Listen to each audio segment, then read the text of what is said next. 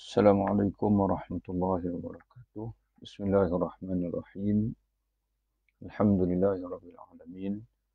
Wassalatu wassalamu ala sayyidil mursalin nabiyina wa habibina wa syafi'ina Muhammad bin Abdullah wa ala alihi wa ashabihi wa man ihtada bihadihi wastanna bisunnatihi ila yaumiddin, amma ba'du.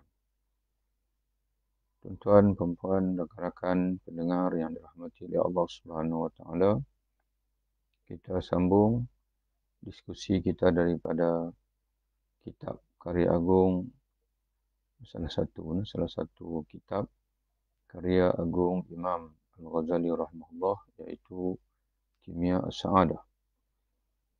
Sebuah kitab yang nipis namun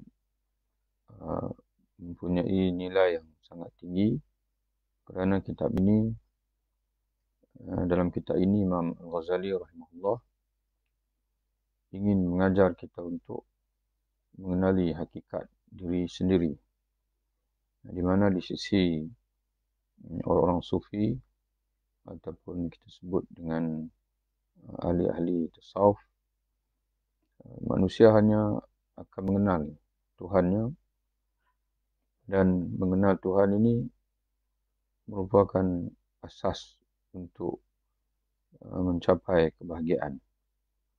Dan kitab yang ditulis ini tajuknya adalah Kimia As-Sa'adah, ramuan atau proses untuk mencapai ataupun untuk mencipta kebahagiaan. Dan kebahagiaan manusia ini bergantung kepada hati. Hati itulah yang sebenar-benarnya mengecapi kebahagiaan ataupun kedukaan, kesengsaraan.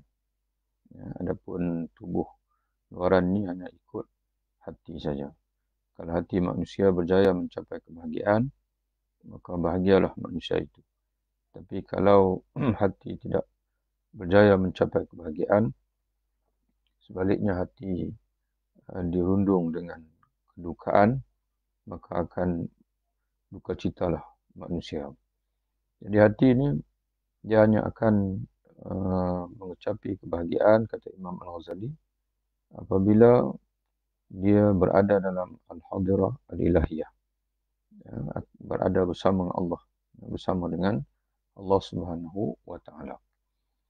Hati hanya akan mencapai kebahagiaan apabila dia mengenal Allah dan berada dalam ketibaan ataupun kehadiran atau bersama dengan Allah Subhanahu wa taala. Dan proses ini itu proses untuk berada dalam al-hadirah al-ilahiyah, yang mencapai maqam musyahadah ataupun maqam muraqabah. Titik mulanya adalah apabila hati mengenal Allah. Dan di sisi golongan tasawuf ataupun dalam pemikiran kesufian atau tasawuf, manusia tak akan dapat mengenal Allah melainkan setelah dia berjaya mengenal diri sendiri, iaitu daripada ungkapan yang masyhur, yang terkenal, yang sering diungkapkan, iaitu man arafa nafsahu arafa rabbahu. Barang siapa yang kenal, arafa dari perkataan arafa itu lahirnya ma'rifah, kenal, tahu, sedar. Man arafa nafsahu, barang siapa yang kenal dirinya, kenal jiwanya. Diri di sini bukan diri luaran, kerana manusia ni ada dua diri ataupun dua unsur dalam diri yang membentuk satu diri, iaitu unsur jasmani, diri jasmani itu luaran tubuh ini ataupun kita sebut sebagai raga, dan satu lagi diri rohani, rohaniyah, yang kita sebut sebagai jiwa. Dan orang Melayu mencantumkan dua-dua, lalu diungkapkan jiwa raga. Jiwa raga. Raga tubuh luaran, adapun jiwa itu yang berada dalam yang menempati pada tubuh, pada dalam raga itu ada jiwa. Jadi hakikat diri manusia yang sebenarnya adalah jiwa itu. Apakah manusia itu mengenali jiwanya? Man arafa nafsahu, barang siapa yang mengenali jiwanya, yang mengenali dirinya, yakni diri dalam makna jiwanya, arafa rabbahu, nescaya dia akan kenal Tuhannya. Jadi Imam Al-Ghazali dalam kitabnya ini, dia ingin mengajar kita mengenali jiwa kita, mengenali diri kita, iaitu mengenali hati kita dan juga mengenali unsur-unsur dalam diri yang dijadikan Allah Subhanahu Wa Taala untuk membantu hati.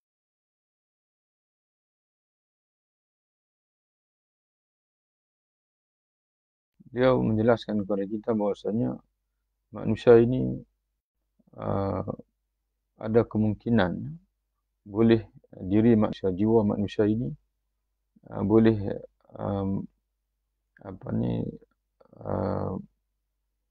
boleh menjelma menjadi 4 perilaku, boleh menjadi 4 diri, 4 jiwa, 4 jenis jiwa. Yang pertama dia sebut binatang, jiwa, ataupun lebih jelas dia sebut boleh menjadi seperti anjing, boleh menjadi seperti babi, boleh menjadi seperti syaitan. Ini jiwa manusia. Jiwa manusia boleh menjadi jiwa babi, jiwa anjing, dalam pasal sebelum ini, kalau kita ingat balik, boleh menjadi jiwa babi, dan boleh menjadi jiwa syaitan, dan boleh menjadi jiwa malaikat. Boleh menjadi jiwa malaikat. Jika sekiranya jiwa manusia itu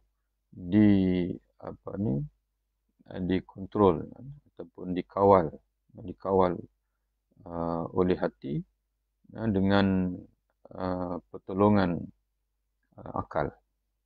Tapi manusia akan menjadi syaitan ataupun menjadi babi ataupun menjadi anjing jika sekiranya hati dan akalnya itu tunduk menyerah kepada nafsu, ataupun tunduk menyerah kepada unsur kemarahan, ataupun dalam kitab terjemahan kita ini, Kiai Bisri, Mustafa Bisri, dia terjemahkan unsur kemarahan itu dengan angkara murka. Jika manusia ini hidup dengan angkara murka ataupun hidup dengan nafsu, sehingga hati dan juga akalnya pun semuanya akur, tunduk, menjadi hamba kepada nafsu dan angkara murka ini, maka pada saat itu jiwa dalam manusia itu, walaupun luarannya manusia, tapi dalamannya itu adalah dalaman binatang dan juga syaitan. Tapi jika sekiranya jiwa manusia itu hati dalam yang menjadi raja dalam jiwa manusia itu, dia menggunakan sebaik mungkin kekuatan akal, kekuatan intelek, kekuatan imajinasi, kekuatan ingatan, al-hafiz, al-qutul hafizah, yang mana dimiliki oleh akal itu. Hati yang ibarat raja dalam diri, dia gunakan sungguh-sungguh kekuatan akal itu untuk meluruskan keinginan manusia disebut sebagai nafsu, dan juga meluruskan kekuatan kemarahan tadi ni, karena kekuatan kemarahan ini juga suatu benda yang tidak boleh dibuang, karena dia ada fungsi yang tersendiri, jadi mesti diarahkan, dijuruskan kepada fungsi-fungsi ataupun di kegunaan-kegunaan yang tepat, dan itu memerlukan kepada kebijaksanaan akal, dan akal hanya akan berfungsi dengan pengarahan daripada hati, kerana hatilah yang menjadi raja dalam diri. Pada hari ini kita nak baca satu lagi fasal yang ada dalam kitab Kimia Sa'adah ini, di mana Imam Al-Ghazali ingin menjelaskan kepada kita bahawa pada hari ini luaran manusia ini, oleh kerana manusia di dunia ini dia hidup dengan jasmani, dan rohani, jiwa itu menumpang pada jasmani. Tapi bila manusia mati nanti, di alam sana nanti, manusia tidak hidup lagi dengan jasmani, tapi manusia hidup dengan rohani. Ya, dengan dia punya ruh, dengan jiwa lah di sana. Maka pada saat itulah ya, akan terdedah rupa sebenar jiwa.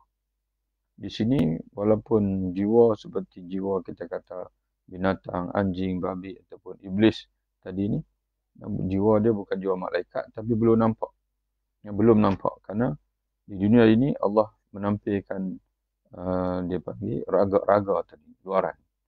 Jadi jahat macam mana manusia, kotor macam mana pun jiwanya, tapi masih lagi nampak manusia. Tapi ketika mana jasmani sudah tidak ada nanti, yang ada adalah jiwa, pada saat itulah ya, akan terjelma bentuk manusia yang sebenar dia dalam rupa sebenar jiwanya macam mana. Ya, kalau jiwanya di sini jiwa anjing, maka di sana di akhirat nanti maka rupa sebenarnya itu adalah rupa anjing, rupa babi ataupun rupa-rupa yang ya, tapi kalau jiwa di sini adalah jiwa malaikat, maka di sana dipanggil pun akan rupa yang manusia akan miliki di alam sana pun mana rupa sebagaimana malaikat, rupa yang indah.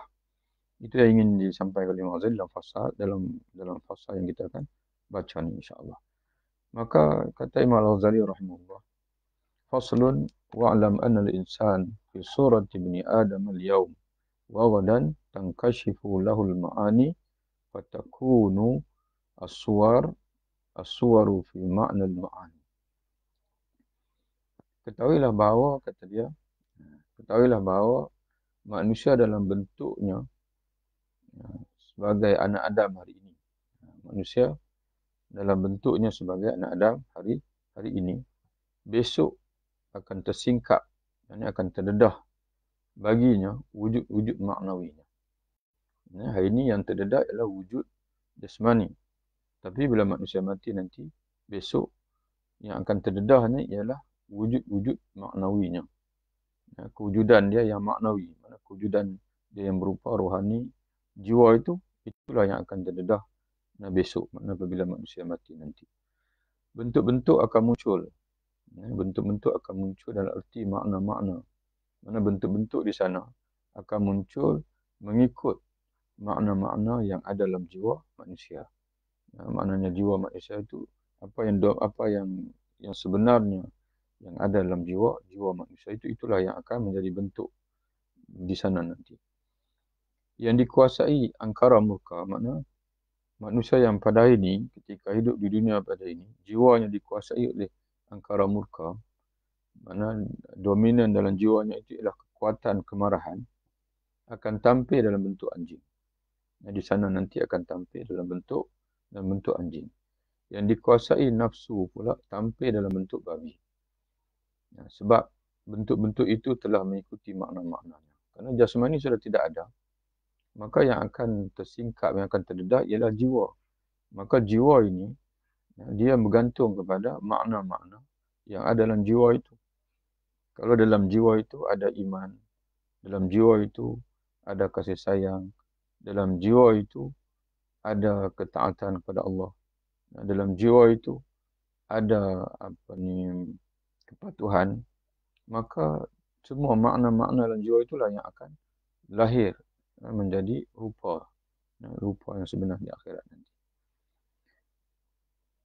Sebab bentuk-bentuk itu telah mengikuti makna-makna oleh orang yang tidur dalam tidurnya. Semata-mata hanya dapat melihat sesuatu yang berlaku di dalam batinnya. Jadi Imam Al-Ghazali nak memberi satu tamsilan. Tamsilan bagaimana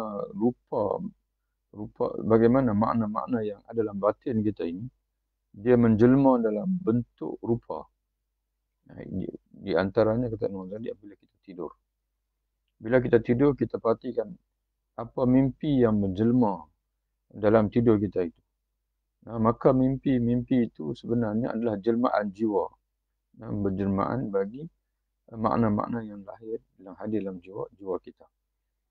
Mungkin sebagai contoh kita ambil.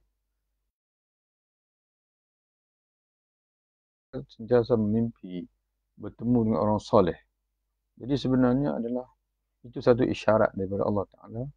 Bahasanya jiwa kita itu adalah jiwa yang sama dengan orang soleh yang kita jumpa dalam mimpi itu. Ya. Kalau tidak sama sebenarnya itu maknanya kita memiliki jiwa yang sama dengan dia. Ya, sebagai contoh, orang yang mimpi jumpa Rasulullah sebagai contoh. Bukan kita nak kata bahwasanya dia menjadi Rasulullah, tidak. Tapi bila Allah mempertemukan dia dalam mimpi itu dengan Rasulullah, menunjukkan bahwasanya dalam dirinya itu ada jiwa yang menunjukkan bahwasanya ada sifat kasih kepada Rasulullah, sifat taat kepada agama yang disampaikan oleh Rasulullah, dan perilaku yang disukai oleh Rasulullah SAW, begitu. Ya, tapi kalau dalam mimpi, kita selalu mimpi yang menyalahi agama. Nah, kalau mimpi orang baik ni mimpi dia ke Mekah, di depannya ada Kaabah dan sebagainya. Tapi dia asalnya mimpi saja. Mimpi jumpa artis, mimpi jumpa pemain bola sepak, bintang-bintang yang dia minat, dan mimpi ke Paris, mimpi ke London dan sebagainya. Maka itu merupakan jelmaan dalam jiwanya. Karena ketika mimpi, tubuh luaran manusia sudah tidur, sedang tidur. Yang terjelma ialah dipanggil rohani. Sebab itu alam mimpi itu sebenarnya alam dipanggil rohani manusia. Orang yang tidur, dalam tidurnya semata-mata hanya dapat melihat sesuatu yang berlaku dalam alam batin. Dan yang kau ketahui di dalam batin manusia ada 4 unsur. Mana sebelumnya dia ajak mengajar kita dah. Dia dah beritahu dah kita. Dalam batin manusia ni ada 4 unsur. Iaitu sama ada unsur anjing, unsur babi, unsur syaitan ataupun unsur malaikat. Maka manusia haruslah selalu mengkontrol gerak-geri batinnya. Jadi kita kena kontrol gerak-geri batin kita ni. Supaya selari dengan malaikat. Barulah jiwa kita nanti akan menjelma. Makna-makna dalam jiwa kita, makna-makna yang baik dalam jiwa kita itu akan menjelma dalam rupa-rupa yang baik. Maka manusia harus selalu mengontrol gerak-geri batinnya dan mengenali dirinya dari unsur apakah dia di antara 4 unsur tersebut. Jadi sekarang ni pun kita kena renung dah. Kita ni, jiwa kita sebenarnya jiwa yang mana satu? Jiwa anjing kah? Jiwa babi kah? Jiwa syaitan?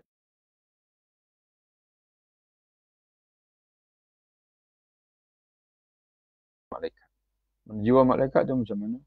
Dia suka apa yang Allah Ta'ala suka. Itu tabiat malaikat. La ya'sunullah ma'amarahum. Malaikat dalam Quran Allah Ta'ala menyebutkan, mereka tidak akan memaksiati Allah, mengingkari Allah dalam apa saja yang Allah Ta'ala perintahkan. Jadi kita pun sama.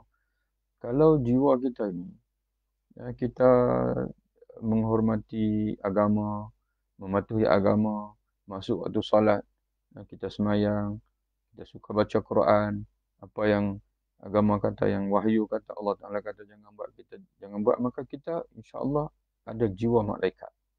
Maka kita, apa yang perlu kita buat? Istiqamah. Kita istiqamah sebagaimana Allah Ta'ala sebut dalam Quran, wa'bud rabbaka hatta ya'tiyakal yaqin. Sembahlah olehmu akan Tuhanmu sehingga datang kepada kamu kematian. Al-yaqin yang makna al-maut, kematian. Istiqamah sampai mati. Sifat-sifat itu masuk ke hatinya. Sifat-sifat, unsur-unsur, 4 unsur itu dia akan masuk dalam hati dan tetap bersamanya hingga hari kebangkitan. Maknanya apa yang ada dalam jiwa kita, dan kita mati dengan jiwa itu, itulah kita sampai hari kebangkitan.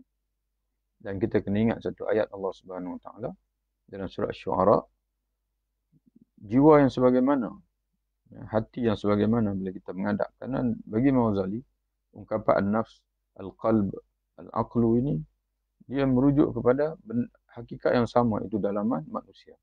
Jadi sebab itu bila Allah Ta'ala sebut hati, maka itu adalah sebahagian daripada jiwa manusia. Maka Allah menyebutkan di akhirat nanti, hari kebangkitan nanti, kata Allah, yauma la yanfa'u malun wala banun illa man atallaha biqalbin salim. Hari kebangkitan nanti tidak akan beri guna lagi harta benda dan anak pinak. Kamu kaya macam mana sekalipun, kamu ramai anak macam mana, atau beramai pengikut macam mana sekalipun, tidak akan beri guna lagi, kata Allah pada saat itu. Illa man atallaha Melainkan yang berguna ialah orang yang datang kepada Allah, yang tampil menghadap Allah Subhanahu Wa Taala biqalbin salim, dengan hati yang bersih, iaitu dengan jiwa yang bersih. Jadi sudah tentu jiwa yang bersih itu ialah jiwa sebagaimana malaikat, yang mengenal Allah, yang sentiasa patuh kepada Allah, kasih kepada Allah, dan juga kasih kepada Rasulullah, dan kasih kepada orang yang kasih kepada Allah dan juga Rasulullah SAW. Sifat-sifatnya itu, mana sifat-sifat tadi, sama ada sifat malaikat, sifat syaitan, sifat anjing, sifat babi, itu akan masuklah hatinya dan tetap bersamanya hingga hari kebangkitan. Jika ia tetap di antara perbuatan baik, ia merupakan benih kebahagiaan. Jadi kalau jiwa manusia itu sebati dengan jiwa manusia itu ialah sifat-sifat yang baik, maka itu merupakan benih kebahagiaan. Jika ia tetap bersamanya tapi tidak demikian, maka jika ia tetap bersamanya tapi tidak demikian, mana jika yang tetap itulah bukan kebaikan, yang sebati dan jiwanya itu ialah perlakuan-perlakuan tidak baik, maka itu merupakan benih kesengsaraan. Manusia selalu dan tidak bisa terpisah gerak dan diam. Mana manusia ini dia sentiasa berlaku gerak dan juga diamlah kehidupan manusia. Kalau tidak bergerak, dia diam. Itu dua itu yang manusia. Kalau tidak tidur, jaga. Kalau tidak duduk, berjalan. Jadi kehidupan manusia itu sentiasa ada pergerakan. Mana pergerakan, gerak dan diam manusia itu semuanya lahir daripada hati. Maka hati itu pula bagaikan kaca. Hati dalam diri manusia ini, qalbun itu yang menjadi asas bagi segala gerakan manusia, baik atau buruk pergerakan manusia itu bergantung datang daripada hatinya. Dan hati manusia ini, hati dan juga pergerakan tubuh ini, dia saling timbal balik. Bagaimana hati, maka begitulah pergerakan yang lahir daripada anggota manusia. Pada masa yang sama, apa yang anggota manusia buat akan memberi bekas pula kepada hati. Kalau manusia perilaku-perilaku yang taat, akan mengekalkan hati dalam keadaan bersih. Daripada hati yang bersih, lahirnya perilaku-perilaku yang bersih. Dan sebagai timbal balik, perilaku-perilaku yang bersih akan mengekalkan hati itu sentiasa dalam keadaan bersih. Hati yang kotor melahirkan perilaku-perilaku yang kotor. Dan pada masa yang sama, perilaku-perilaku yang kotor itu, itulah juga yang menjadi faktor hati manusia menjadi kotor. Maka Imam Al-Ghazali menjelaskan, kata dia, hati ini bagaikan kaca. Kaca ni macam mana sifat dia? Iaitu bersih, cerah. Itu kaca. Boleh, ada kaca yang boleh dilalui oleh cahaya. Jadi sebab itu hati yang ibarat kaca ini, bila nur nak masuk, nur itu boleh menembusi sehingga ke dalam lubuk hati. Sebab dia hati cermin bersih. Dan pada yang sama ada kaca yang berisap pantulan. Sebab itu hati yang bersih boleh memantulkan, boleh menjadi cerminan. Boleh memantulkan hakikat sebenar jiwa itu.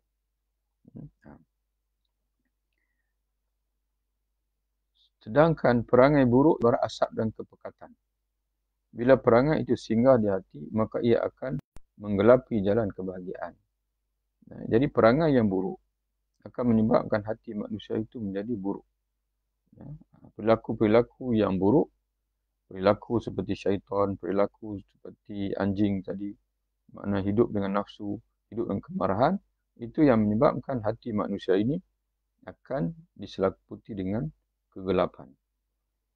Bila perangai itu singgah di hati, maka ia akan, mana perangai yang buruk, sedangkan perangai buruk ibarat asap dan dipanggil kepekatan.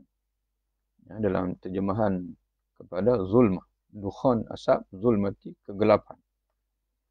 Bila perangai itu singgah di hati, mana perangai yang buruk itu singgah di hati, maka ia akan menggelapi jalan kebahagiaan. Mana hati tak akan nampak. Bila hati dilitupi oleh kegelapan, maka hati tak nampak jalan kebahagiaan. Sementara seumpama mata manusia ini, bila kelabu, dia panggil katarak berlaku, dia panggil apa, selaput mata, dia tak nampak jalan. Maka hati bila ada selaput menyebabkan hati manusia tidak nampak jalan menuju kebahagiaan. Sementara budi pekerti baik pula bagaikan cahaya dan pancaran sinar. Bila ia sampai ke hati, maka akan menjernihkannya daripada kepekatan maksiat. Jadi hati yang jernih, ya, bila perilaku manusia itu buruk, maka dari perilaku yang buruk itu menyebabkan timbul kegelapan pada hati. Ya, dukhan, asap, timbul asap dan juga timbul kegelapan pada hati. Tapi hati yang bersih, kemudian manusia sentiasa pula buat perilaku-perilaku yang baik, amal-amal yang saleh, ibadat dan sebagainya, maka ibadat itu menambahkan cahaya kepada hati. Menjadikan hati semakin terang. Jadi sebab itu, bila manusia ini berterusan melakukan kebaikan demi kebaikan, maka akhirnya dia akan mencapai di sisi orang sufi, dipanggil maqam kasyaf. Kasyaf. Maknanya dia bukan lagi melihat dengan pandangan mata, tapi Allah dah buka pandangan hati. Sehingga dia dapat melihat apa yang tidak dapat dilihat oleh orang lain. Itu dipanggil karamah. Di antara karamah awliya Allah ialah kasyaf. Bila ia sampai ke hati, maka akan menjernihkan hati daripada kepekatan maksiat. Mana hati, sekalipun hati pada peringkat asalnya gelap bangsa maksiat. Tapi bila manusia bertaubat kepada Allah dan manusia kembali melakukan kebaikan, maka kebaikan-kebaikan itu akan menjadikan hati itu yang asalnya gelap tadi akan kembali cerah. Sebagaimana sabda Rasulullah SAW, iringkanlah yang buruk dengan yang baik. Sekalipun kamu dulu pernah melakukan kejahatan, dosa dan sebagainya, tinggalkan kejahatan itu. Sebaliknya, iringkan kejahatan yang pernah kamu lakukan itu dengan kebaikan. Maka yang baik itu akan menghapuskan kegelapan ataupun kejahatan yang ada dalam diri kamu tersebut. Hati ada kalanya bercahaya, ada kalanya gelap gulita. Dan yang selamat hanyalah orang-orang yang dikurniakan Allah hati yang sihat, yang bersih. Ini merujuk kepada firman Allah yang kita baca tadilah. Yauma la yanfa'u malun wala banun illa man atallaha biqalbin salim. Hari kebangkitan nanti adalah hari yang mana tidak akan beri guna lagi harta benda nak pinak, melainkan orang yang datang menghadap Allah dengan hati yang salim, hati yang bersih. Hati yang bersih, atau hati yang selamat daripada segala jenis penyakit hati. Hati yang mana yang hati yang bersih ini datang daripada ma'rifatullah, iman kepada Allah, la ilaha illallah, dan juga datang daripada zikrullah, datang daripada ibadat kepada Allah, datang daripada cahaya Al-Quranul Karim. Jadi sebab itu apabila manusia melakukan dosa, perlakuan dosa itulah. Kalau sebelum ni dia orang baik, hatinya bersih, tapi saat dia mula melakukan dosa, kata Nabi dalam hadis, akan timbul titik hitam dalam hatinya. Kalau dia bertaubat, maka kembali bersih hatinya. Tapi kalau dia tak bertaubat, dia lakukan dosa yang baru, maka akan timbul titik hitam yang baru dalam hatinya. Kemudian dia lakukan lagi dosa, akan timbul lagi titik hitam. Akhirnya, keseluruhan hatinya akan diselaputi dengan kegelapan. Tapi manusia yang hatinya bersih, kemudian dia istiqamah melakukan ketaatan, maka hati dia akan semakin bersih. Ada manusia yang hatinya bersih, kemudian melakukan kejahatan, bagaimana kita sebut tadi, maka timbul kegelapan. Tapi dia kembali kepada ketaatan, maka akan kembali bersih hatinya. Jadi demikianlah tuan-tuan dan puan yang dirahmati Allah Subhanahu Wa Taala sekalian, supaya kita di akhirat nanti rupa kita indah, rupa kita cantik, maka hendaklah kita mengindahkan, mencantikkan jiwa kita di sini. Kerana rupa kita di sana tidak lagi bergantung kepada jasmani, tapi bergantung kepada rohani kita. Wallahu a'lam bishawab. InsyaAllah kita akan sambung lagi sehinggalah tamat, selesai kita membaca, mentelaah, merenung apa yang ingin disampaikan oleh Imam Al-Ghazali daripada kitabnya Kimia As-Sa'adah, yang mana tujuan Imam Al-Ghazali rahimahullah daripada kitab ini, walaupun dari sudut nama kitab itu adalah untuk ramuan untuk mencapai kebahagiaan, tapi intipati sebenar daripada kitab ini ialah untuk mengajar kita mengenal diri dan mengenal jiwa dalam kita dan mengenal diri kita. Wallahu a'lam bishawab. Assalamualaikum warahmatullahi